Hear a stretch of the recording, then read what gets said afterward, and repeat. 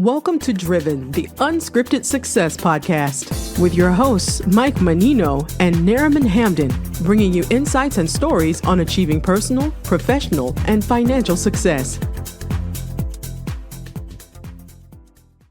Hi, everybody. It's Michael Menino, and welcome to Driven, Unscripted Success podcast. Today on the podcast, we're interviewing professionals who share their experience with you, the audience, how they got to where they're at today. And zooming from the beautiful island of Miami, Florida, is Kadie Black. How you doing, young lady? I'm doing great. Thanks for having me. Excited to be here. Awesome. Thanks for taking your time out to do the podcast. We do appreciate it. Real quick, could you give a breakdown of where you're at in the space and what space you're in and how you got there? Yeah, absolutely. So I lead a large nonprofit in Miami. We support kids in foster care in various ways, but I actually remember myself being 13, sitting in a courtroom, watching kids my age be removed from their home. And it really inspired me to spend, the next part of my life advocating for those kids. So I grew up in Miami, two incredible parents who gave me everything that I needed to be successful. And I just started realizing that not every child was. So I've worked in a lot of different roles in Miami around children who are aging out of foster care. I've worked with the lead foster care agency, and now I find myself leading a nonprofit that stands in the gaps for kids in foster care in Miami-Dade County. Awesome. So what do you mean stands in the gaps? So there's a lot, it's a system, right? Kids are removed from so kids are removed from their home because of abuse, abandonment, or neglect. And they're placed in one of three placements. It could be a group home, a foster home, or with a teacher, a relative. And then there's a long time where kids have to navigate a court system. And with any system, there are gaps within those systems. So simply like haircuts, right? Or normalcy, braces, trips to the zoo, even locally, right, are things that often our kids don't experience. So Voices for Children kind of stands in those gaps. We provide advocacy. We help kinship, which is relatives or non-relatives, be able to take kids in and give them homes. We help to lessen the time kids have to stay in care by advocating and using resources to get them back home or, adopted. And then we help kids dream beyond their circumstances by taking them on trips, positive experiences. There's a term called adverse childhood experiences. We all have them, right? And the best way to combat that is a positive childhood experience. So that's a lot of what I love doing. It's actually what brings me the most joy is being able to create core memories for kids in positive ways. Awesome. That's fantastic. That's very altruistic and it sounds like you're having fun doing it. You said Absolutely. Before that you took the kids on mission trips? Yeah, so we've gone on 3 mission trips now. So imagine getting the passport for your own child. Now think about 15 kids in foster care, right, that are wards of the state. So we go through a lot of different loopholes and not loopholes, but we go through a lot of different hoops. Jump some hoops. Yeah, a lot of hoops. And then we get them passports and we go and we partner with a program called Blue Missions. It's an amazing program. A lot of our elite private schools in Miami use them to facilitate these awesome trips for kids. And you build bathrooms. So you're building sanitation or bringing water to villages that have never had water before. And so we do this with our kids in foster care to kind of help them realize and have perspective, but also give back. So when you're working alongside in these villages with people, building them bathrooms together side by side, something magical happens. So we partner with Blue Missions and we take kids on these really great mission trips. I've been on a couple mission trips, led a couple mission trips, and you learn a lot on a mission trip. And it is an amazing experience. Are they faith-based at all, or can you? No, they're not. But we all do walk in faith, right? We want kids to have faith, whatever that is their faith. And so we do talk a lot about how do we connect and to source and make sure that we believe in something so that it's driving us and holding us accountable for ourselves.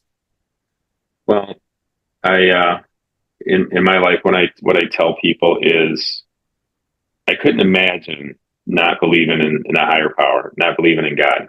because I mean, you have nobody to help you, and then when you leave, there's nothing. That just sounds like a tough life. And if you share a little bit of your faith with them, I'm more than certain it does wonders. Well, and I think they're also sharing their faith with me. There you go. So, our kids in foster care oftentimes lack that hope, right? They feel like the life is happening to them, right, and not for them. And we really want them to make sure that life happens. They feel like life is happening for them, but that switch, right, making that switch. So yeah, bringing them hope and making them feel seen and loved and supported is something that we really strive to do, because it's often that thing that just sparks, I can do this. Somebody believes in me. I just came back from a week with 15 youth. We did college tours. We went to 6 colleges around Florida, and just being able to pour into them and be like, yeah, you could do this. This is possible for you. And then they start to see themselves, and then you buy them the shirt, and all of a sudden I'm going to visit kids, right, that 3 years ago thought it wasn't possible for them because it was this far out idea, but now they're there. So I think that's something we all can learn from, right? And having that aligned action to get to our dreams. And I just happen to be able to do it for kids in foster care, which is fun. That's awesome. Do you ever come across a student that, or I'm a student, I say it differently, but foster child that went to college, and then you're bringing a group of college kids and saying, yeah, here's an example of what you can be?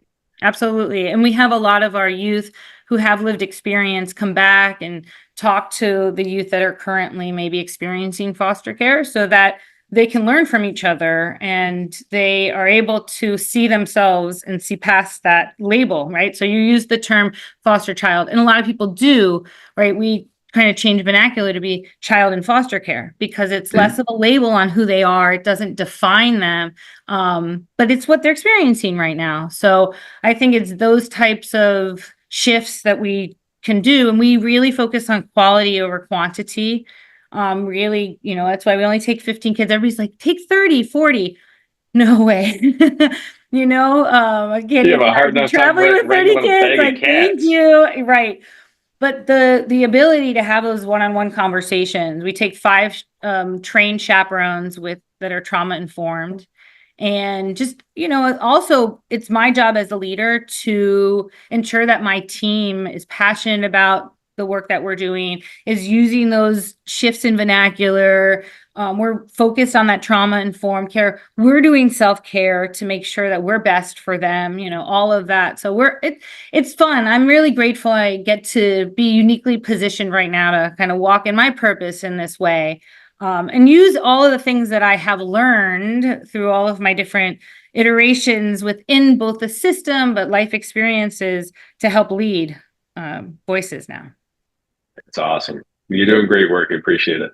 Thank you. Is there a lot of competition in your space? And what does that look like for your business versus everybody else doing it?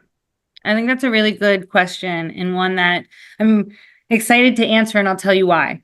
I think for a long time we had this scarcity mindset, right? If you're working with kids and, we're after the same dollar, and if this person gives to you, you're not going to get, and the state invests in you, and it doesn't work, right? Yeah. And I think it's having that faith and knowing, right, that God will provide the resources through the different vehicles that they come to us through, because we fundraise for the work that we do each and every day. It's probably most of what I do is look for resources to help us to do these epic things with kids, right?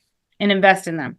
But the space doesn't have to be, and we don't have to be in competitions. We can collaborate. We can come together and identify where our strengths are, lean in together. And really, these kids deserve a village. It's not just one person that's going to change their lives, but somebody's going to help them and lean in on financial planning and be their mentor around their financial or education, right? And we get to be maybe the fun aunties.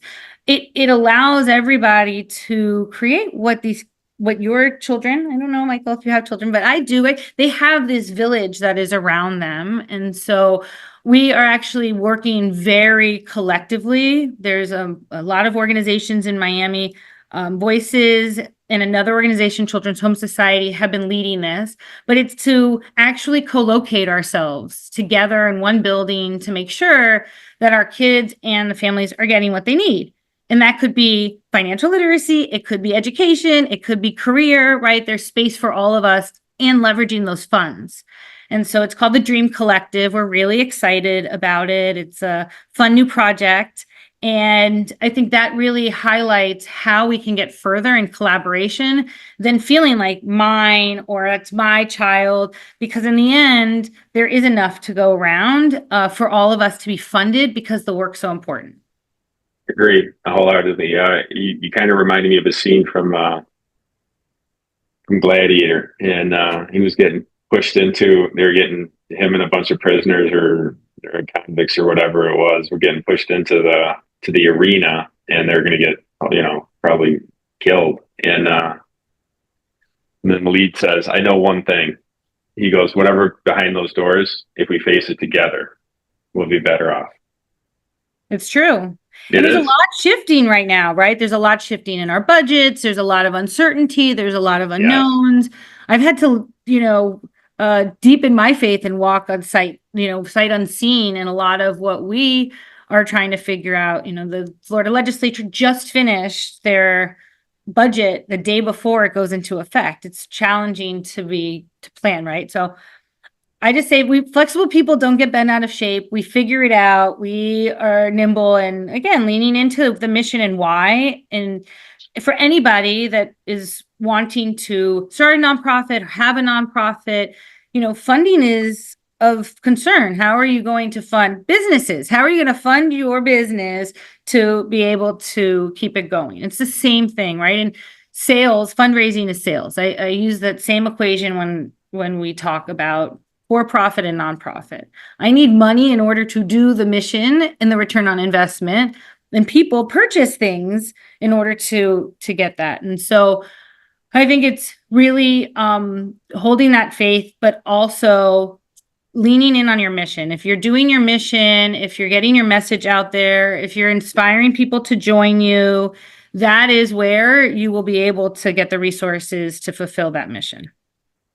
Agreed wholeheartedly. I had an experience on a mission trip where messed up, and it was a $5,000 mess up. And then, long story short, the mission trip had an extra $5,000 in the kitty before I left. So God knew I was going to mess up, and then the mess up was fantastic. I tore apart the wrong house, so we need yeah. I'll tell that story one time, but long story short, the girl thought she was just getting it was a home extreme makeover kind of thing.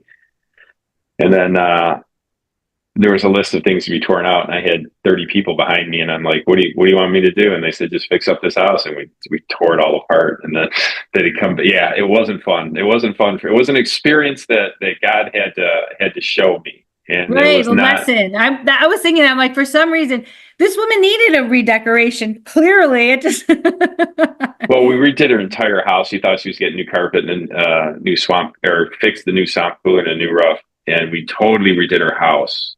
And at the end, I heard the words when I was telling the group about what our needs were. Someone said, "Oh yeah, we got an extra $5,000 before I even talked." And then I heard a little voice in the back of my head said, "I know what you have need of before you have need of it." Wow. So he knew I was going to screw up. And then when the girl walked into her house at the end of the week, she fell down crying because she thought she got a whole new house, knew everything. And then, it was great. My greatest mess up ever. I love that. I know that feeling. Falling forward for sure. Yeah. Listen, I know the feeling of stepping out financially with faith. It's tough. Yeah, definitely. Yeah. Definitely. I agree with that wholeheartedly. But so what is one of the biggest challenges you had to overcome? Biggest challenges, I think that, let me take a second and think about that. Yeah, think about that question, because it's, what is the biggest challenge and how did you overcome it? That's why I've had a lot of challenges, but good. Right, that's my point. It's wonderful. You got to define the biggest. So I have a funny challenge that will tell you a little bit about why I blow bubbles everywhere. So let me tell that story.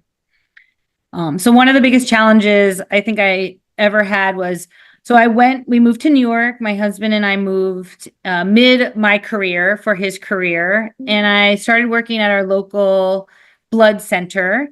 And one of my jobs was to help support Bloomberg and Colgate and Pfizer in their blood drives and help increase their marketing and participation.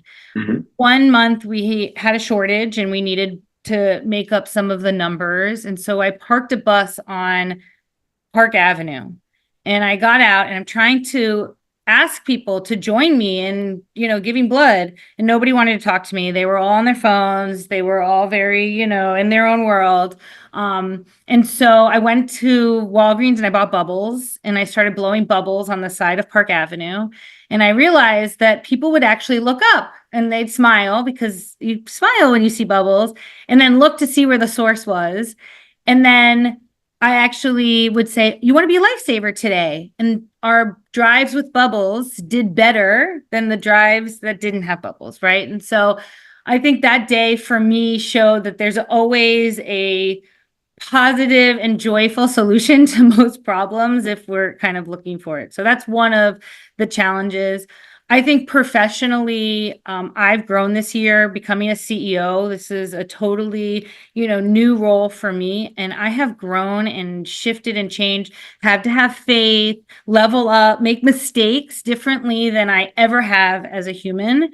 And I noticed that there's a lot of skills that I'm pulling from different things that have past careers and past experiences, but putting them all together in a culmination and then being able to lead a team to be their best selves, right? While I'm also trying to make sure that I'm my best self, has been a fun challenge that I've embraced and really am proud of just how I've grown as professionally and personally in the last 3 years. Awesome. That's great. Do you find any part of what you just said hard? Oh, it's always hard. It's always hard. But it's mindset is the hardest part is the way in which we challenge our mind to show up when we are scared or when we don't think it's going to work out, but then it does, right? And leaning more into the what if everything works out, as opposed to, oh my God, I'm not going to be able to do this and I don't know how to do this. So I always say I don't know how to do it yet, right? And sometimes I feel really dumb during the day. I'm like, I have a master's degree. I read this 3 times. I don't understand what this grant is asking me for, right? Grants, yeah, that's a tough one. Right? Yeah, no idea what they're asking for. Or how to put the puzzle pieces together with all of our funding sources. Because some people are like, I just want to fund kids to go to the mission trip or go on the mission trip. But they forget that people have to book their tickets and have to go with them on the mission trip, So figuring out all of those things. And I've learned to be humble. I don't know anything. I'm learning. My team is teaching me everything. And I'm just trying to make sure that I'm learning and absorbing as much as I can in the process. But yes, it's hard every day because, you don't want to fail. And I don't want to fail for the kids, right? My failure is these gaps in the system. So I take it really seriously and yeah. Awesome. That's great. Sounds like things are going pretty good for you in your business. Looking forward to the future. What is your new plans and what are you investing in? Yeah. So we're definitely investing in our talent. I think what we've realized through the pandemic is turnover, and people were trying to figure out if I want to stay from home, work from home. I don't want to go back, right? There was this shift in the workforce. So we definitely are investing both in our salaries so that we can pay people accordingly, right? Even though it's nonprofit, people still should be able to be proud of their salaries. We also want to make sure that we're leaning in on individuals and training them, upskilling them. So that's something that's really big for us as an investment. For many years, Voices has just relied on public and private funding. We've never had a revenue generator.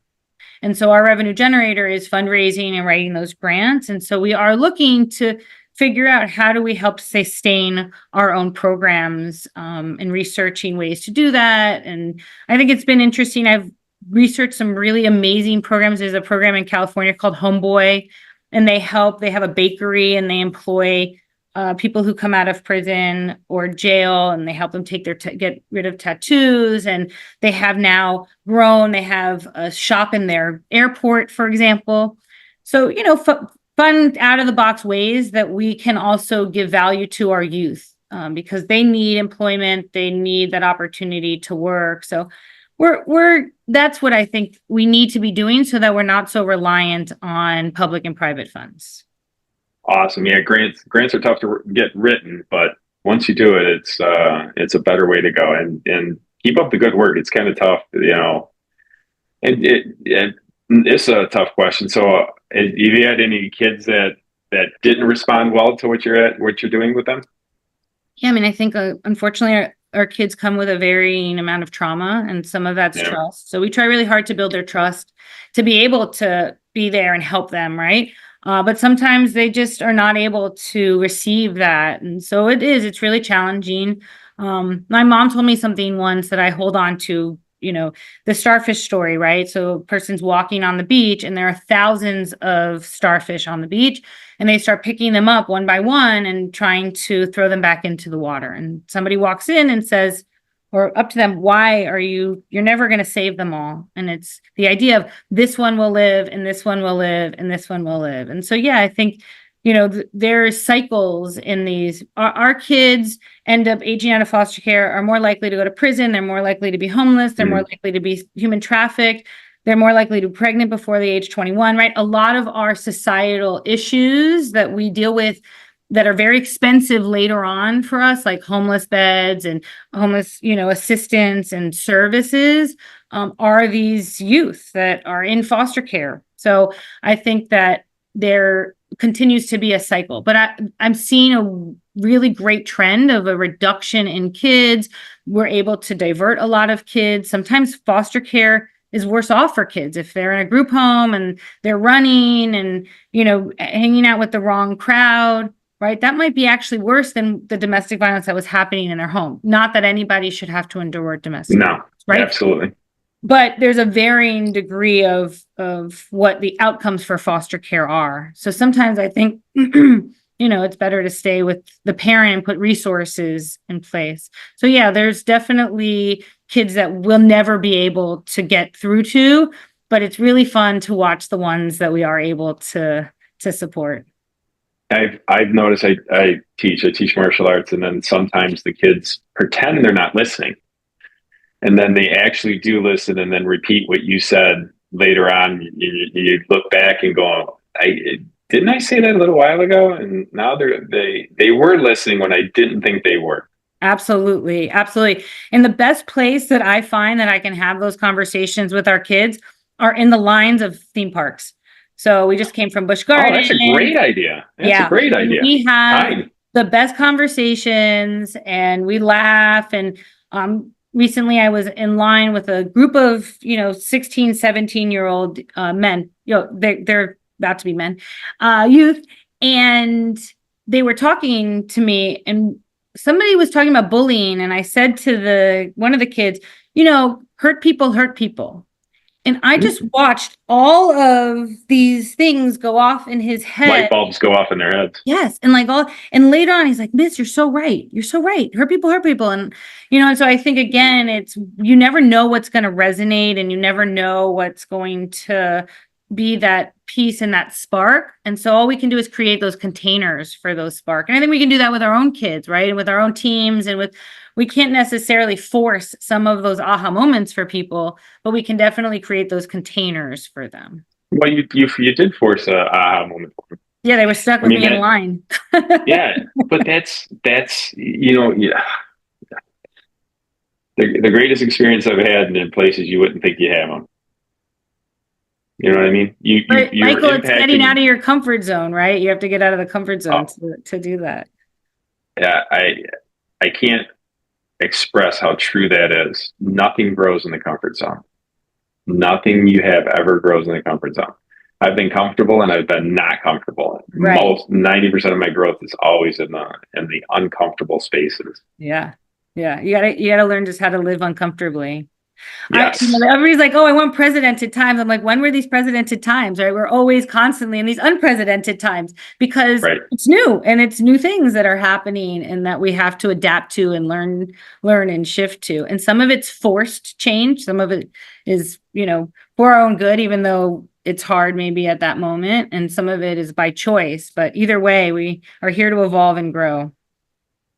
Yeah, I work out 5 days a week and I don't like it, but I go there every day, and it's to make it to put myself in an uncomfortable position for a period of time. Yeah. Oh, those medicine ball wall balls this morning were really challenging. I was like, I don't know, aren't they? I can do this. Yeah. You can. And the one thing I like to say is, this is one of my models. If you do something hard, it doesn't get harder, you get stronger. Yeah. So I actually just posted something on my Instagram 2 days ago that is similar to that, but it's hard until it's easy. Right? That first couple times are always hard. I have dyslexia, severe dyslexia, right? So I've always struggled with hard. You got a master's degree and you got severe dyslexia. Yes. That had to be hard. And I write legislation and I do lots of things with words. Yeah, I mean, hard is what I feel like that was my grit, right? Everybody should have something that has to build grit for them because that's what they're going to pull from in those times that they need to. I had a teacher when I was in 3rd grade. She told me that I could be president with the right secretary. And I always held on to that, right? It was like, that's that seed that I always held on to. It's like, oh, if Miss Cohen believes that I can do this, like I can do this, right? And when I became president and CEO of Voices, I called her because she still is in our community and still teaches. And I said, guess what? And she said, well, you got to get the right secretary. I don't have a secretary these days. But, I was able to give her lifetime award, tell the story. And, it's those kind of moments. So you never know when you're going to be that for someone else. Right. And then be able to pull from that each and every day. So, yeah, I do advocacy for, dyslexia and dyslexic organizations because I think it's super important for someone who has lived experience. Both of my children have dyslexia. My husband has dyslexia. We see it as our superpower, but it's hard, right? And we have to live in a world of hard sometimes. I like the world of hard. So I have dyslexia too, and the written word is scrambled in my head many times. But what I've learned is it is a superpower. My ADHD is beyond a superpower. Everybody's like, how do you do it? I'm like, same. Yes. You don't understand. I was in construction. I got more done than most people in any time. I would race people on doing, we did really nice, build really beautiful houses. And someone put up a room of crown molding. I said, so you can do it faster. And I would always win. And they go, how do you do that? And it's because of my dyslexia. It's just like, once I get hyper focused on something, the whole world just shuts down, tunnel vision. Yeah. I am like that too. Even when my family's trying to talk to me, I'm very much in what and you got to learn to answer the family too. So I feel you. All of those things are superpowers. So I'm glad you see that as a superpower. Too. I couldn't think of it I'm very blessed to be successful at what I do, and I love it, and it is a superpower. But what I don't like is the school system makes it sound like a disorder. Right. Because you can't read well. It's not, you can read. Everybody can read. It's just that the words get mixed up on it. And I used common sense on a teacher one time, and she was like, you're going to have a tough time. And I'm like, what are you talking about? And she goes, your mind is analytical. You're more of an engineer type. And I'm like, yeah, I get that. And she goes, our language doesn't make sense. You want to make sense of something that doesn't make sense. Yeah. I'm like, yeah, I think you're right. Like, I was just explaining a simple word to her. I said, fly, FLI. And I go, FLY. And I go, where's the vowel? And she's like, well, sometimes it's why. I go, when? She goes, whenever you need it. And then I go, how do you spell flying? She goes, Flying. And I go, what happened to the Y? And she goes, it changes to an I. And I'm like, why don't we just have I from the beginning? And she's like, you're not going to get this. You're not going to understand this. Just understand you're not going to understand and deal with what you got. Yeah. So I use voice to text and Siri. Yeah. AI has been a game changer for dyslexia too. The 20% of the population has dyslexia, but yet we I didn't know it was that high. Yes, but yet we don't use the science of reading, which is scientifically been proven. It is multisensory. So it's a multisensory learning. And it's been scientifically proven that it could teach 90% of kids to read. But yet we don't use it starting in kindergarten, first, second grade. I know. See your face? Yeah. Yeah. But yeah. It blows my mind. Well, wild. And only a certain special schools, like in Miami, there's only one school that really helps use that best science, the science of reading, best practice, and it's a private school. So it's horrible. Yeah. So I really believe if we can get people, helping them to at least learn to read, because if you don't know how to read, you're limited in so much. Well, AI and other things are definitely shifting. But you learn up till now, you're 100% right. Up till now, you're 100% right. Now, here's what I'd like to share with the audience is that if you're not good at something, you can work at it to a period of time, but I would definitely work with your strengths. So I don't learn reading, and people have 5 different learning styles. Mine is kinesthetic. So if you show me how to do something, I can do it. You show me 2 times how to do something, I can do it. And some people can read and learn how to do it. Does that make sense? So work with your strengths, not your weaknesses. I agree. That's a wonderful message for sure. Yeah. Hey, listen, thanks a lot for being on the show. I'm so happy. We appreciate it. And if anybody would like to get in contact with you and help out with the organization, how would they get in touch with you and how would they introduce themselves? Yeah, so my Instagram is Kadie with a D, Kadie Black, Black. So Kadie Black. Our organization is Voices for Children Foundation, but our website is beavoice.org. So beavoice.org. Cool. We're going to try and put that on the podcast. Thanks a lot for coming in. Appreciate you, and keep up the great work. Thank you, Michael. Appreciate the opportunity to come on. Oh, it was a blast. All right, we'll let you guys go. And if you need to get in contact with Kadie, please do. Thanks, guys. Thanks for listening to Driven, the Unscripted Success Podcast. Want to share your story? Apply to be a guest at drivensuccesspodcast.com/guest.